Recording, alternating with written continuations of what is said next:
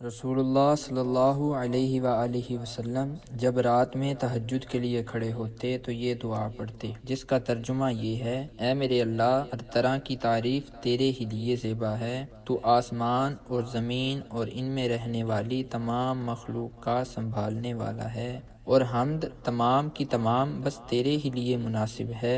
آسمان اور زمین اور ان کی تمام مخلوقات پر حکومت صرف تیرے ہی لیے ہے، اور تعریف تیرے ہی لیے ہے۔ تو آسمان اور زمین کا نور ہے، اور تعریف تیرے ہی لیے زیبا ہے۔ تو سچا ہے، تیرا وعدہ سچا، تیری ملاقات سچی، تیرا فرمان سچا ہے۔ جنت سچ ہے، دوزخ سچ ہے، انبیاء سچے ہیں، محمد صلی اللہ علیہ وآلہ وسلم سچے ہیں، اور قیامت کا ہونا سچ ہے۔ اے میرے اللہ، میں تیرا ہی فرما بردار ہوں اور تجھی پر ایمان رکھتا ہوں، تجھی پر بھروسہ ہے، تیری ہی طرف رجوع کرتا ہوں، تیرے ہی عطا کیے ہوئے دلائل کے ذریعے بحث کرتا ہوں، اور تجھی کو حکم بناتا ہوں۔ بس جو خطائیں مجھ سے پہلے ہوئیں اور جو بعد میں ہوں گی، ان سب کی مغفرت فرما، خواہ وہ ظاہر ہوئی ہوں یا پوشیدہ۔ آگے کرنے والا اور پیچھے رکھنے والا تو ہی ہے، معبود صرف تو ہی ہے، یا